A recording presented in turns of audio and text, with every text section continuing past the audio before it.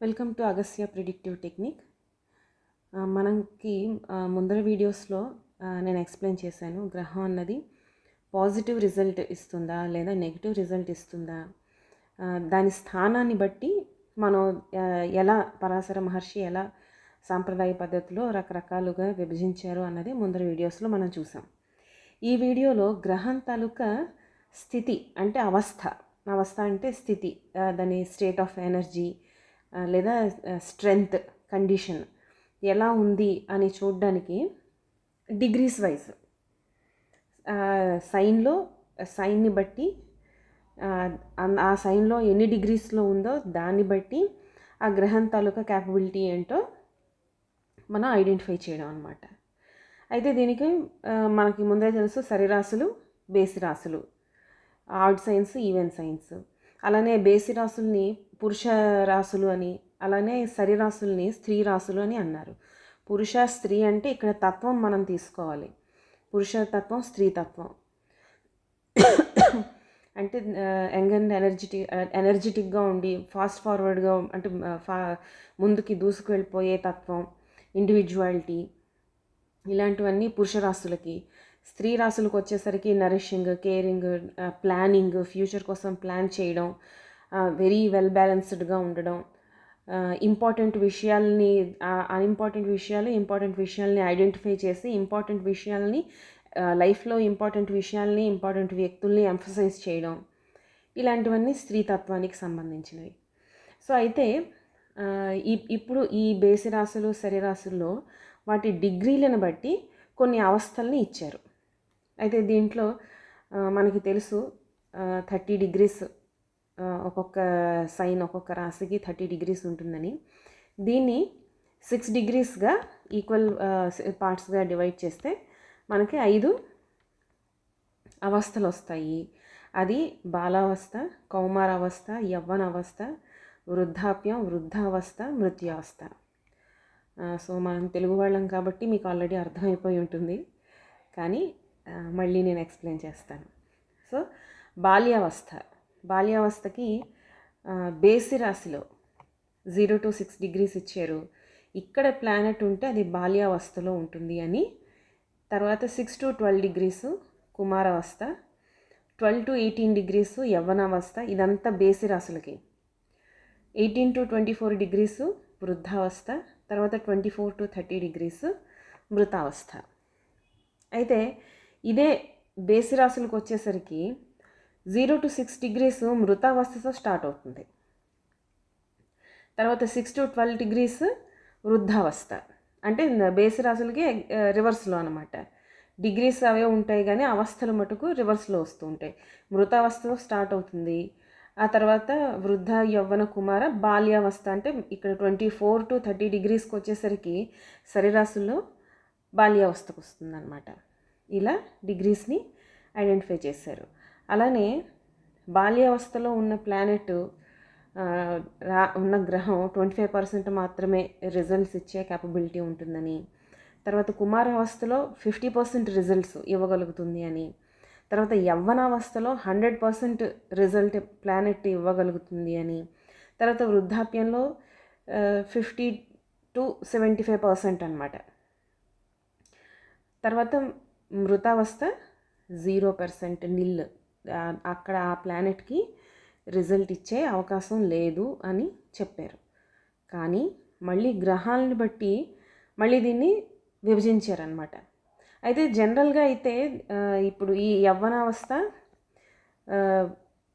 ఎక్కువగా most of the astrologers తీసుకుంటారు. అంటే ప్లానెట్ 15 డిగ్రీస్ నుంచి 25 డిగ్రీస్లో, అంటే మనకి ఎక్కడ యవ్వనం అండ్ కౌమార, మనకి సరిరాశుల్లోని బేసి రాశుల్లోని కూడా యవ్వనావస్థ, కౌమారావస్థ, ఇది మనకి 15 డిగ్రీస్ టు 25 డిగ్రీస్ ఉంటుంది. సో ఇక్కడ ఏ గ్రహం అయినా బ్రహ్మాండంగా పనిచేస్తుంది అని ఇన్ జనరల్ తీసుకుంటారు. అయితే మళ్ళీ దీనికి ఒక్కొక్క ప్లానెట్ని బట్టి మళ్ళీ దీన్ని సాగ్రిగేట్ చేశారనమాట. దాంట్లో ఏంటంటే శని చాలా స్ట్రిక్ట్గా ఉంటాడు, రూల్స్ అండ్ రెగ్యులేషన్స్ ఫాలో అవుతాడు. అలానే ప్లానింగ్ లేనిదే అతను అడుగు ముందరికి వేయడు, బాగా ఆలోచించి ప్లాన్ చేసుకొని వెళ్తాడనమాట ముందరికి. చాలా ఎక్స్పీరియన్స్డ్ పర్సన్గా, ఎక్స్పీరియన్స్కి ప్రాక్టికల్ వర్క్కి ఎక్కువ ఇంపార్టెన్స్ ఇస్తాడు. సో ఇవన్నీ మనం ఏంటి, పెద్దవాళ్ళు ఎక్స్పీరియన్స్ ఉన్నవాళ్ళు ఎలా మాట్లాడతారో అలా మాట్లాడుతూ ఉంటాడు. కర్మ సిద్ధాంతం గురించి ఎక్కువగా మాట్లాడుతూ ఉంటాడు. సో ఇలాంటి సేన ఏంటి, వృద్ధాప్యంలోని మృత్యావస్థలోని రిజల్ట్స్ బాగా ఇస్తుంది అని శనికి ఇది ఇచ్చారనమాట. అయితే ఈ వృద్ధావస్థ మృత్యావస్థ మనం రాసులు మళ్ళీ చూసుకోవాలి. ఏ రాశిలో ఈ వృద్ధావస్థ మృత్యావస్థ ఎక్కడ బేసి రాశిలో అయితే 18 డిగ్రీలు నుంచి 30 డిగ్రీల వరకు ఉంటుంది. ఇదే శరీరాశులకు వచ్చేసరికి ఈ వృద్ధావస్థ 0 నుంచి 12 డిగ్రీస్ వరకు ఉంటుంది. నెక్స్ట్ బాల్య యవ్వన అవస్థల్లో చంద్రుడు బాగా పనిచేస్తాడు అని ఇచ్చారు. నెక్స్ట్ వీనస్ యవ్వనావస్థలోని కౌమారావస్థలోని బాగా పనిచేస్తాడు అంటే ఆ డిగ్రీస్ అన్నమాట. మనం ఇక్కడ శరీరాశులు బేసరాశులు చూసుకుంటూ వెళ్ళాలి. ఈ వీనస్ యవ్వనావస్థలోని కౌమారావస్థలోని బాగా పనిచేస్తాడు అని. అలానే మెర్కురీ దగ్గరికి వచ్చేసరికి కౌమారావస్థలో బాగా, కుమార గ్రహం కదా, సో ఆ ఎనర్జీని ఆ డిగ్రీస్లో ఉన్నప్పుడు బాగా పనిచేస్తాడు అని. తర్వాత మార్స్ యవ్వనావస్థలోని కౌమారావస్థలోని బాగా పనిచేస్తాడు అని. జూపిటర్ ఎగైన్ జ్ఞానకారకుడు, గురువు. ఇతను మళ్ళీ యవ్వనావస్థలోని వృద్ధావస్థలోని బాగా పనిచేస్తాడు అని ఇచ్చారనమాట. సో ఇలాగా ఈ అవస్థల్ని, గ్రహాలకు అవస్థల్ని చూసుకుంటూ మళ్ళీ ఇక్కడ కూడా శరీరాశులు బేసిరాశులు చూసుకుంటూ మనం ఆయా అవస్థల్ని ఆ గ్రహాలను బట్టి చూసుకోవాలి. అయితే కొన్నిసార్లు ఏమవుతుందంటే ఈ 0 to 6 డిగ్రీస్, ఈ 24 to 30 డిగ్రీస్ ఇక్కడ కొన్నిసార్లు మనకి ఉచ్చ స్థానాలు,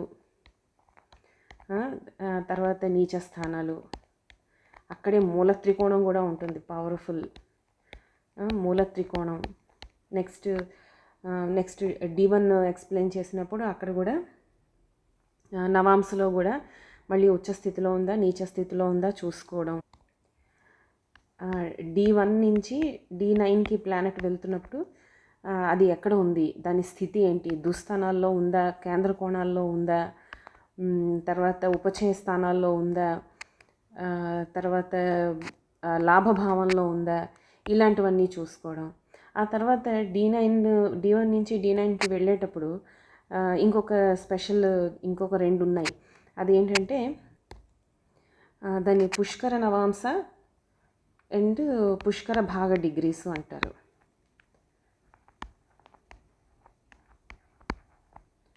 నెక్స్ట్ పుష్కర భాగ డిగ్రీస్,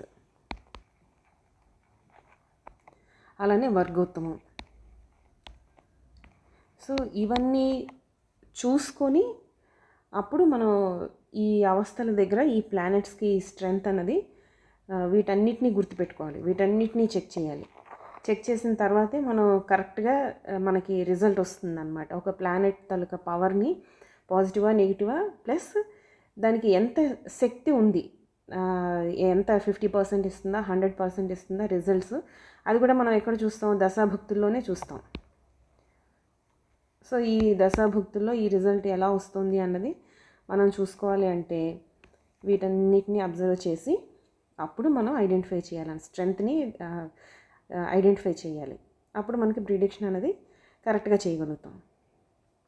సో వీటి మీద కూడా ఈ పుష్కర నవాంశ, పుష్కర భాగ, వర్గోత్తమ, ఈ D1 to D9 క్యాలిక్యులేషన్స్ వీటన్నిటి మీద కూడా నెక్స్ట్ వీడియోస్ వస్తాయి, చేశాను.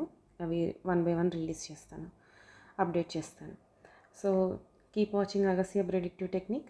Thank you.